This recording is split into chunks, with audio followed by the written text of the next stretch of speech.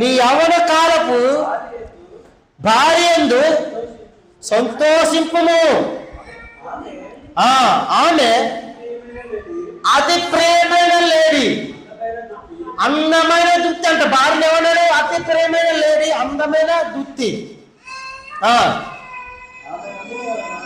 ఆమె హృదయం వలన, ఆమె రమ్ముల వలన నువ్వు ఎల్లప్పుడూ దుత్తునందు ఉండుము. ఆమె ప్రేమ చేత నిత్యము బంధువుడు అయము. నా కుమారుడా జారాశ్రీ అండు నీవేళ ఏమన్నాడు? నా కుమారుడా జారాశ్రీ అందు నీవేళ బంధుడైందు, పరాశ్రీ రమ్మును నువ్వు ఎలా కోగిలించుకుందువు. దేవుని స్తోత్రం కలిగిన గాక. ఏమంటున్నాడు? నీ భార్య ప్రేమకి బంధువుడివై ఉండంటే ఏం చేస్తున్నాడు? భార్య ప్రేమ కాక ఇంట్లోనూ, ఏమంటాడు, ఇంట్లోనూ, ఇళ్ళలోను, వంటింట్లోనూ, ప్రియురాలను, ఇంకా బయటికి వెళ్తే ఇంకెవరు కావాలా? బయటికి వెళ్తే ఎవరు కావాలా? ఉంటుంది కదా, ఏదంటారు కదా, ఇంగ్లీష్లో ఏమంటారు? బయటికి వెళ్తే ఇంట్లోనూ, ఇళ్ళలోను, వంటింట్లోను, ప్రియురాలును, తర్వాత బయటకి వెళ్ళేటప్పుడు ఒక అమ్మాయి తిరగడానికి. ఇంట్లో ఇళ్ళాలు ఉండాలి, వంటింట్లో ప్రియురాలు ఉండాలి, బయటికి వెళ్ళేటప్పుడు జారాశ్రీ వద్దకి తిరగాలి. ప్రేమ దేవుని సంగమా, ఈ రోజుల్లో ఎలా తయారవుతున్నారో తెలుసా? ఎవరు కొంప నాశనం చేద్దామని తిరుగుతున్నారు, ఎవరు జీవితం నాశనం చేద్దామని తిరుగుతున్నారు. ఇల్లు ఎవరు ఉన్నారంటే దురాత్మ పనిచేస్తూ, ఆ రోజు అవమ్మగా పనిచేస్తున్న సర్పం మాట్లాడిన సర్పానికలే ఉంది, దయ్యం ఉంది. ఈరోజు జారాశ్రీ దగ్గర ఏముంది? జారాశ్రీ అని కదా దయ్యం ఉంది. అది ఎంత తెలుసా? మధురమైన పెదవులుగా చూపిస్తుంది. వాస్తవానికి అది మధురమైన కాదు, అది తేనెలాంటిది కాదు. తేనెలాగా మధురముగా, నూనె కన్నా మునుపైనది అంట. ఏమంటాడు? నూనె కన్నా మునుపైనదిగా కనబడుతుంది. ప్రేమైన దేవుని సంగమా, ఈ రోజు ఎవరో వేస్తున్నా, ఎవరి కాలం ఉంది, నీ భార్య నేను సంతోషించు, పరాశ్రీ రొమ్ములు నువ్వు ఎట్లా గమనించుకుందురా నేను దేవుడు మాట్లాడుతున్నా. ప్రేమైన దేవుని సంగమా, ఎవరితో మాట్లాడుతున్నావు? నీ భార్య ఎంతనే సంతోషిస్తున్నావా? పరాశ్రీకి బంధుడు అవుతున్నావా? ఎప్సారానికి బంధుడు అవుతున్నావా? నువ్వు మోసానికి బంధుడు అవుతున్నావా? కప్పంతో బతికితున్నావా? ఇంట్లోకి రాగా ఒక తీరి, బయట ఉంటే ఒక తీరా. చర్చిలోకి వెళ్తే ఒక తీరి, బయట ఉంటే ఒక తీరా. పైగా చర్చి బయట తిరుగుతున్నావే జారాశ్రీ సొంత దగ్గర తిరిగినట్లు. ఇది తెగినా అని దేవుడు మాట్లాడుతున్నారు. ప్రేమైన వాళ్ళని, ప్రేమైన వాళ్ళ దేవుడు అది తగింది కాదు. చర్చి బయట నువ్వు తిరుగుతున్నావంటే నువ్వు జారాశ్రీ సంబంధం, జారాశ్రీకి పుట్టినవాడవా? జారాశ్రీ గర్భాన్ని ఇష్టపడతావు ఏంటి? చాలా మంది అంటారు తల్లి తండ్రే దేవుడు, తండ్రే దేవుడు, తల్లే దేవుడు. అవును కాదన్ను, కానీ ఆ తల్లిని ఈరోజు గర్భాన్ని పుట్టిన పిల్లలు పాడేస్తున్నారు, కాలంలో పాడేస్తున్నారు. గర్భాన్ని కన్నే తండ్రి, గర్భాన్ని కన్నే తల్లి పిల్లల్ని వదిలేస్తున్నారు, పాడేస్తున్నారండి. ఎందుకు పాడేస్తున్నారు? ఏం పొరుగు అయిపోయింది? చిన్నపిల్లవాడు ఏమడతాడు? నీ కామంకి, నీ జాగ్రత్తకి అలవాటు నువ్వు ఏం చేస్తున్నావు? పుట్టిన బిడ్డలే పాడేస్తున్నాడు. ఇంత పిల్లలండి, నెల పిల్లలు, 2 నెలల పిల్లలు, 3 నెలల పిల్లలు బుబ్బో ఆ ములిసెట్టుల్లో పడుకో ఉన్నారండి. ప్రేమైన దేవుడి సంగమా, అంత దారుణం. తల్లిదండ్రులు దేవుళ్ళు కాదు, తల్లిదండ్రులు కాదు పుట్టించింది దేవాది దేవుడు. మన ఎందుకంటాడు? నా కుమారుడా నా జ్ఞానోపదేశమును ఆలకింపుము, వివేకము గల నా బోధకు, వివేకము గల నా బోధకు సంయోగము, అప్పుడు నీవు బుద్ధి కలిగి నడుచుకుందువు. తెలుగుని బట్టి నీ పెదవులు మాట్లాడును. తెలుగుని బట్టి మాట్లాడతాడంట, తెలుగుని బట్టి పెదవులు. చూడండి, చాలా మంది తెలుగు ఉండదు, పెదవుల్లో కూడా ఏమొస్తే జారిపోయింది. ఏం జారిపోయింది? నీ బ్రతుకే జారిపోయినట్లుగా ఉందేమో. ప్రేమైన దేవుడి సంగమా, తెలుగుని బట్టి నీ పెదవులు మాట్లాడాలి. దేవుడు చెప్పిన ఉపదేశం బట్టి నీ ఆలోచన అవతలకి తెలియాలి. అది ఎవరి కాలం మంది జారాశ్రీకి బంధువులు అయిపోయిన వారు అనేక మంది ఉన్నారండి. అండి, అనేక మంది భార్యలు ఎడుతున్నారు, ఏమన్నాడు దేవుడు అంట, ఓ ఎవడొస్తాడా, ఎవరి కార్యం ఉంది, నీ భార్య అందు సంతోషించము, ఆమె అతి ప్రేమైన లేడి, అందమైన వ్యక్తి, ఆమె రొమ్ముల వలన నీవు ఎల్లప్పుడూ తృప్తినందుము. అంతేగాని పరాశ్రీ ఏమంటాడు, కింద ఏమంటాడు చూడండి, పరాశ్రీ రొమ్మును నీవు ఎలా కోగిలించుకుందువు, పరాశ్రీ రొమ్ము నువ్వు ఎలా కోగిలించుకుంది అండి. అంత పచ్చిగా మాట్లాడుతున్నాడు చూడండి. అయినా సరే బుద్ధి రాదండి నరకు ఏంటి, ఇలాంటి జారాశ్రీ భార్య ఉండగా భార్యను ఉంటే ఆ ప్రకారం నాశనం అవుతాడని దేవుడు చెప్పాడండి. ఏమని చెప్పాడు చూడండి, ఆరోగ్యములను 26 మాట్లాడుతున్నాడు. ఆరోగ్యం 26 వ్యవసాయ సంఘము చేయువారికి రొట్టె తునకలు మాత్రమే మిగులును. దేవుని సూత్రం కలిగిన రొట్టె తునకలు నీకేది మిగలదు, రొట్టె తునకల కింద అయిపోతావు నువ్వు. జాగ్రత్త చూసుకో. దేవుడు మాటలు తునీకరించి మందిరం వెళ్తున్నానని చెప్పి మందిరం బయట జారాస్త్రి సొంతలు తిన్నట్లు తిరిగితే ఇది మందిరం అని దేవుడు చూస్తున్నాడు, గుర్తుపెట్టుకో. దేవుడు ఏమంటాడు తెలుసా, నీ ప్రవర్తన, నీ ఆలోచన దేవుడికి తగినదా కాదు ఆలోచించు. ప్రేమ దేవుడి సంగమా, మనం విన్నది దేవుణ్ణి ఎలాగా మనం గమనించుకొని దేవుడిని అనుసరిస్తున్నాం, మరి ఎలా దేవుడిని అనుభవిస్తూ బ్రతుకుతున్నాం ఏంటి. ఆత్మ ఉన్న సంఘం ఉన్న ఆత్మ లేని సంఘం అవసరమా? సంఘం ఉన్న ఆత్మ లేని సంఘం అవసరమా? ఆత్మ లేకపోతే సంఘము ఎందుకు పనికిరాదు.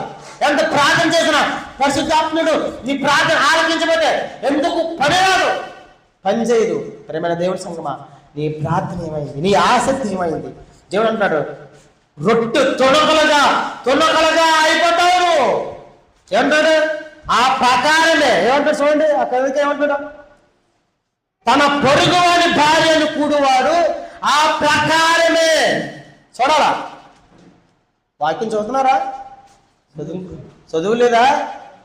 చూడండి, ఆరోగ్యం అని చెప్పాను, వాక్యములోకి వెళ్తుంటాయి, అందించే రీతిగా ఉండాలి. దేవుని సుశ్రమ కలిగిన కాక ఏమన్నాడు, తన పొరుగు వాని భార్యను కూడువాడు ఆ ప్రకారమే నాశనమగును. దేవుని సుశ్రమ కలిగిన కాక ఎవరొస్తున్నారా, నీ భార్య అందరూ సంతోషించండి.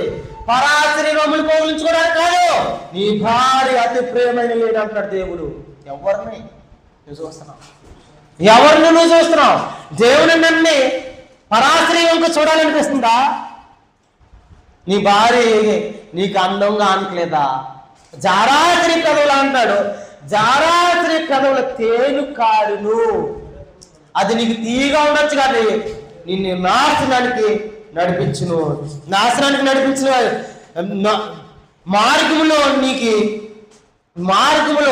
నువ్వు వెళ్ళే మార్గమును అది దేవుడిదా కాదా, ఆ మార్గము సాధనదైతే నీ బతుకు ఏమవుతుంది తెలుసా, రొట్టు తునకల కింద అయిపోతున్నావు. దేవుడి సుశ్రమ కలిగిన కాక నీ దేవుడు ఏం చెప్పాడు, దేవుడి నుంచి ఏ ఉపదేశము, వ్యవసాయ సాంకేత్యము చేయువారికి రొట్టె తునకలు మాత్రమే మిగులును. దేవుడి సుశ్రమ కలిగిన కాక ఏంటి ఏమంటాడు తర్వాత కింద ఏమంటాడు, మగునాలు మిక్కిలి విలువగల ప్రాణమును వేటాడును.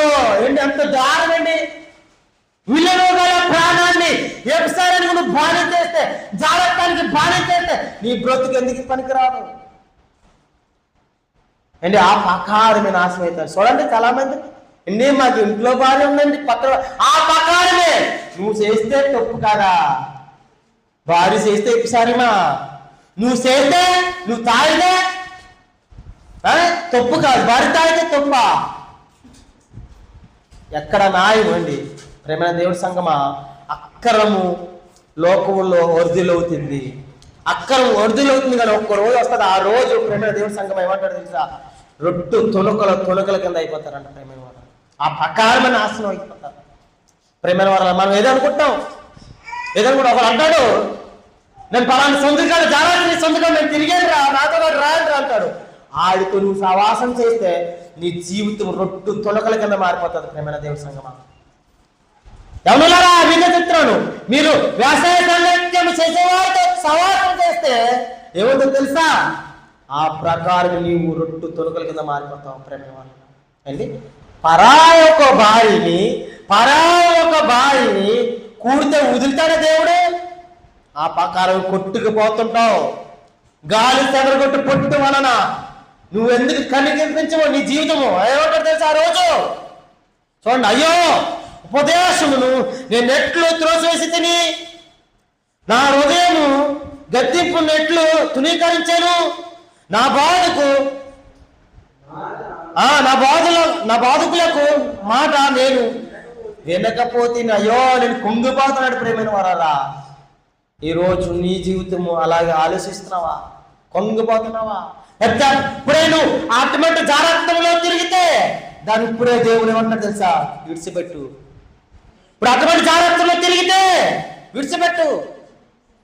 అండి, తనకు కావచ్చిన పోగిట్లోను పరాక భర్త ఉంటే అండి, నమ్మిన భర్త కోగిట్లో పరాక భర్త ఉంటే ఆ భర్త ఎంత బాధపడతాడండి?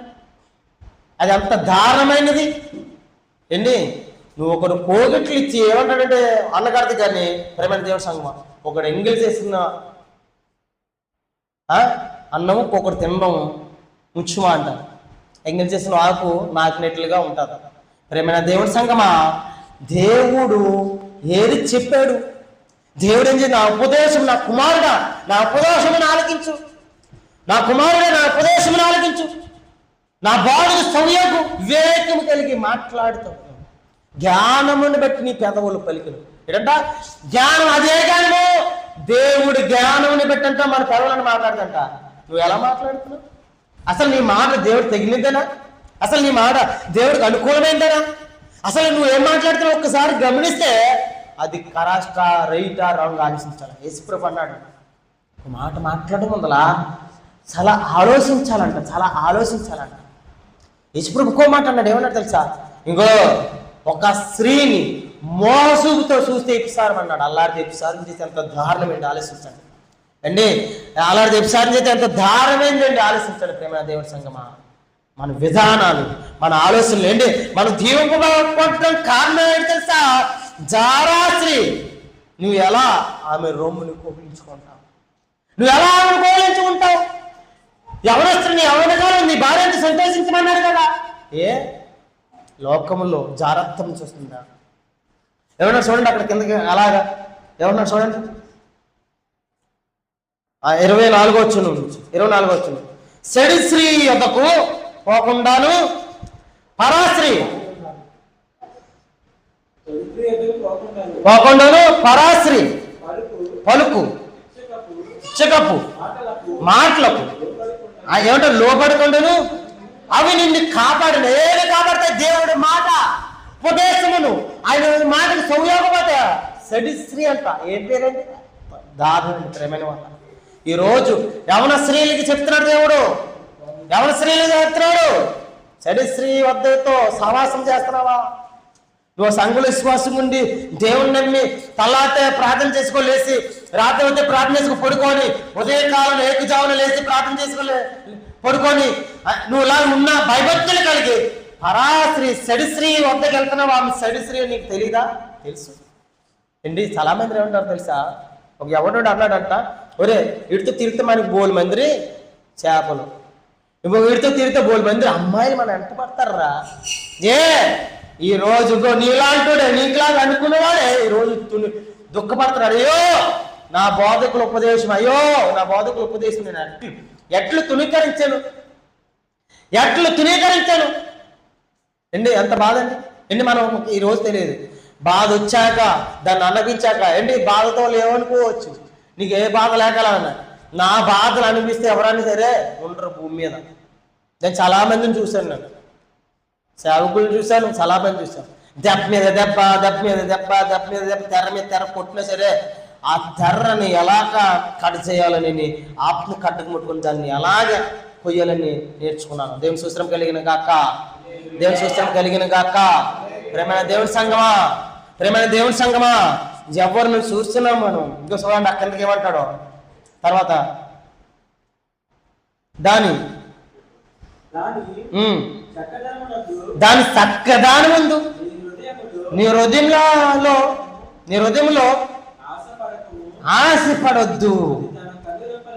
అది కన్ను రెప్పలను సిలికించి సిక్కిలించి నిన్ను అది ఏం చేద్దట, తను కొన్ని రెప్పలతో నిన్ను లోపరుచుకుంటదంట. ఎవరులారా వింటారా? నీ కొన్ని రెప్పలు, దాని కొన్ని రెప్పలతో నిన్ను లోపరుచుకుంటదంట. ఏ రెప్పలు? తాళ్ళు వేయక్కర్లేదు, కొట్లు కట్టక్కర్లేదు. ఫస్ట్ ఏమన్నాడు? దాని పెదవులతో లోపరుచుకుంటుందంట. తర్వాత దాని సాయకపోతే ఎలా అంటున్నా లోపడుతుంది. అందుకే దేవుడు అంటాడు, దాని సాయకు, దాని దగ్గరకు నువ్వు వెళ్ళొద్దు నా కుమారుడా, నువ్వు వెళ్ళొద్దు. నువ్వు వెళ్ళావనుకో నాశనం అవుతావు. దేవుని సుస్థిరం కలిగిన గాక. నాశనం ఎలాగొస్తుంది ప్రేమైన వాళ్ళరా? నాశనం ఎలాగొస్తుందో తెలుసా? చూడండి, చెడు స్త్రీ యొద్దకు పోవద్దు. అంటే దేవుడి మాట అంటే ఎప్పుడు దీవునే, దేవుడి మాట అంటే ఎప్పుడు దీవునే, దేవుడి మాట అంటే ఎప్పుడు జరగాల్సినే. దేవుడి మాట అంటే ఎలవందును హర్లేకవందును పొలము సంపాదించుకుంటాం. ఎక్కడ ఏంటి? ఈ భూమి మీద ఎంత సంపాదించుకున్నా ఎందుకు పనికిరాదు, తిప్పబడుతుంది. కానీ ఇలవంతుడు ఏం సంపాదించుకోవాలా? నీ సాక్ష్యము ఇంకో యథార్థవంతురాలు. నేను చూస్తే దేవుని చూడాలి, నేను చూస్తే దైవత్వం చూడాలి, నీ పద్ధతి చూస్తే దేవుడు గుణలక్షణములు బయలుపరచబడాలి. ప్రేమలు దేవుడి సంగమా, మనం ఏ విధంగా ఉన్నామో, ఏం ఆలోచిస్తున్నామో. అండి 10,000 మంది ఉంటే ఒక రకం చెప్తారు, 100 మంది ఉంటే ఒక రకం చెప్తారు, ఒకరుంటే ఒక రకం చెప్తారు, 10 మంది ఉంటే ఒక రకం చెప్తారు. ఇది కాదు బోధ ఎంతమంది ఉన్నారని కాదు. ఒక్కరు రక్షింపబడిన దేవాతి దేవుడు దగ్గర ఉన్న దూతలు విందు చేసుకుంటాంటే, విందు. ఒక రక్షించబడితే విందు చేసుకుంటాంటే, విందు. నా దేవుడు నామములో రక్షణ పొందే ఒక వ్యక్తి ఉన్నది, ఆ వ్యక్తి కోసం విందు చేసుకుంటాంటే ప్రేమైన వాళ్ళ. ఏంటి? నరుడు బాప్తిస్మం పొందితే, నరుడు రక్షణ పొందితే, నరుడు సంతోషకరమైన సువార్తమానం విని రక్షణ పొందితే ఎవరు రక్షణ పడతారంట? దూతలు. అంటే విందు చేసుకుంటాడు, విందు. అండి నరుడికి అంత తెలివి ఉందండి, సలీలమైన ప్రాణం. అందుకే అంటాడు, ఏమంటాడు అక్కడ చూడాలా?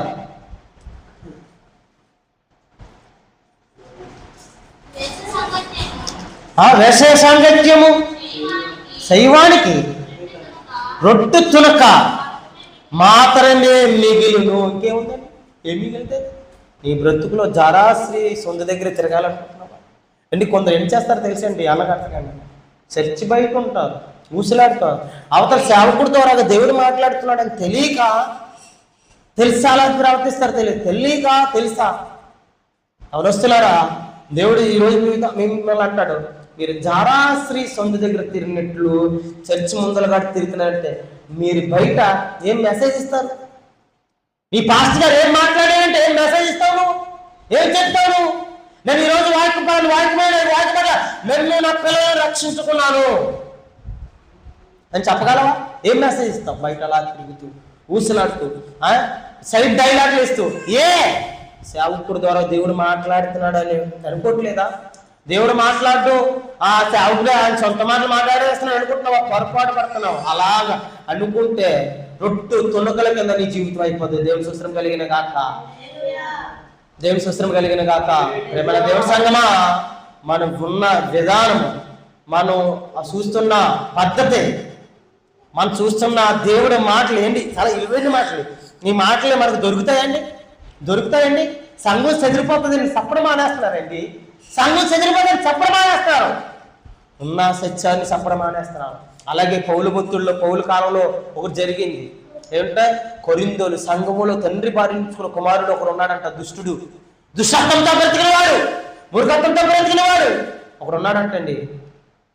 అలాంటి వాడి కోసం ఎవరు మాట్లాడాడు? దేవుడు మాట్లాడాడు. అలాంటి సంఘంకి వెళ్ళి పౌలు పరిశుద్ధాత్మ శక్తి వెళ్ళాడు. మీలో తండ్రి భారించుకున్న కుమారుడు ఉన్నాడంట. జాగ్రత్తగా, మీలో ఒకటి తండ్రి భారించుకున్న కుమారుడు ఉన్నాడంట. ఇటువంటి వారు అన్ని అజాన్యుల్లోనూ ఉందరో ఇటువంటి వాడు సంఘంలో వెళ్ళివేశారు. ఆ రోజు తెలుసా అండి, సంఘంలో గాడ ఏమంటే చిన్నిళ్ళే గద్దీలు. నీకు ఎందుకయ్యా చిన్నిళ్ళే గద్దీలు? ఇంతలో కనబడి అంతలో మాయవి నీకు ఎందుకయ్యా అంత? ఇంతలో కనబడి అంతలో మాయవి నీ డబ్బు నీకు ఊపిరిస్తుందా? 2 కోట్లు కొనుక్కుంటా పరలోకం ఇస్తాడా? కాళ్ళు ఈడ్చుకొని తీసుకెళ్ళి నరకంలో పడేస్తుంది దూత. దేవుడు చెప్తే. తెలుసా, ఈరోజు దేవుడు చెప్తే నీ కోసం వచ్చి దూతలు పనిచేస్తుంటే కారణం ఎవరు? దేవుడు. నా పిల్లలు జాగ్రత్త సుమి అని చెప్పాడు దూతలు కాడ. దూతలు కాడ మనం పరిచయం చేస్తున్నాయండి, దేవునికి పరిచయం చేస్తున్నాయి. మనం ఓర్తా ఆయన కాడికెట్టుకెళ్తే. ఏమైనా వాళ్ళరా ఏమంటున్నాడు చూడండి, వ్యవసాయ సాంగత్యము చేయువారికి దూరంగా ఉండాలంట. అలాంటి వారు అదే జీవితం అనుకో బ్రతికిన వారు, లోకమే చిలువరితనంగా కామమే జీవితం అనుకుని బ్రతికిన వారు. ఏమంటాడు ఎస్ఐ గ్రంథంలోను, ఎస్ఐ గ్రంథంలో ఏమంటాడు చూడండి ఒకసారి. ఎస్ఐ గ్రంథంలో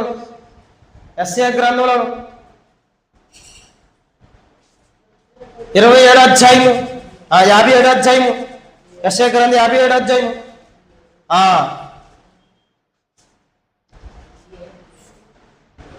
చూడండి. అది కాదు, 5వ వచనంలో చూడండి. మత్త వృక్షములను చూసి పచ్చని ప్రతి చెట్టు క్రిందను కామును రేపుకుని వాళ్ళారా, లోయల్లో రాతి బండ సందు కింద పిల్లలను చంపివారులారా అండి. ఎవరు? తల్లిదండ్రులు. ఎవరు? తల్లిదండ్రులు. పచ్చని చెట్ల కింద కామును రేపుకుని వారు అంట, రాతి సందుల్లో బండల కింద పిల్లల్ని చంపేసిన వారండి వీళ్ళంట. వీళ్ళు మామూలు కాదు, ఈ లోకంలో జాగ్రత్తకి బానిసైపోయిన వారు వీళ్ళు మామూలు అనుకుంటున్నారా? అస్సలు కాదు. పిల్లల ప్రాణాలు తీస్తున్నారు. వీళ్ళకి మామూలు అనుకుంటుంది అనుకుంటున్నారా? రొట్టు తుణుకల కింద అయిపోతారండి దేవుణ్ణి తునీకరిస్తే. రొట్టు తుణుకల కింద అయిపోతారండి. ఏంటి పరావక పురుషుడు భార్యని నువ్వు ముడితే ఆ ప్రకారం నీకు అవుదా? నీ బ్రతుకు గడ జాగ్రత్త. ప్రియమైన దేవుడి సంగమా, మనం ఎవరు చూస్తున్నామో, మనం ఎవరి మాట మనం వింటున్నామో, ఎవరి కోసం మనం చెప్తున్నామో, ఏమి మాట్లాడుతున్నాం నోట్లో పడి, దేవత దేవుని ఆరాధించిన ఈ నోరే ఏ అపకీర్తికి గురవుతుందో, ఈ నేత్రాలే ఏ అపకీర్తికి గురవుతుందో. ప్రేమైన దేవుడి సంగమా, ఆస్తిని చూడలేదంటే అబ్రహాం ఇప్పుడు బలిపేటాలు కట్టడమును ప్రార్థన చేయడు, బలిపేటాలు కట్టడంలో ప్రార్థన చేయడు. సగ జీవితం కూడా అంతే అండి, అంతే కదా. నీ జీవితం నీ అవయవాలు ఏం చేయాలి తెలుసా? నువ్వు ఎప్పుడైనా ప్రార్థన చేసినప్పుడు మీకు ఉదాహరణకి ఒక మాట చెప్తున్నాను. మీరు అది నేర్చుకుంటారో నేర్చుకోరు, అది దేవుడికి తెలుస్తుంది. అది ఏమాట తెలుసా? మీ అవయవములను దేవునికి అర్పించుకోవడం. దేవుని శస్త్రం కలిగిన కాక నీ అవయవములు దేవునికి అర్పించుకుంటే నీకు ఇంకా తిరిగి ఉండదు, ఇంకా రొట్టు తునకలుగా ఉండదు. దీర్ఘాసం ఏమంటే నా కుమారుడా నా ఉపదేశం ఆలకించమంటాడు దేవుడు. నా కుమారుడు నా ఉపదేశం ఆలకించావు కనుక నువ్వు దీర్ఘాసమంతుడు, నువ్వు దీవింపబడతావు, నువ్వు ఆశీర్వదింపబడాడు. ఏమన్నాడు సగని? ఫలించే కొమ్మ అనే రీతిలో నువ్వు ఉండాలన్నా, నువ్వు దీవింపబడాలన్నా, ఆశీర్వదింపబడాలన్నా ఏం చేయాలి? దేవుడిని విడవగాడదు, ఆయన మాటలు విడవగాడదు, ఆయన బోధని విడవగాడు. చాలా మంది అనుకుంటున్నారు, ఎవరి స్త్రీలు ఎవరి పురుషులు చాలా మంది అనుకుంటారు తెలుసా, సేవకుడికి ఏ పని పాటలేదురా, ఆయన నోటించి దేవుడే మాట్లాడుంటాడు. దేవుడి శస్త్రం కలిగిన దేవుడు మాట్లాడిపోతే నిజాలు రావు, దేవుడు మాట్లాడితేనే నిజాలు వస్తాయి. ప్రేమైన వల్ల ఈరోజు ఈ వర్తమానాలు కొదువేండి, కొదువ. ఎంత కొదువు తెలుసా? అండి. పాటలకి ఫోటోలకి లైక్ కొడతారండి, అండి.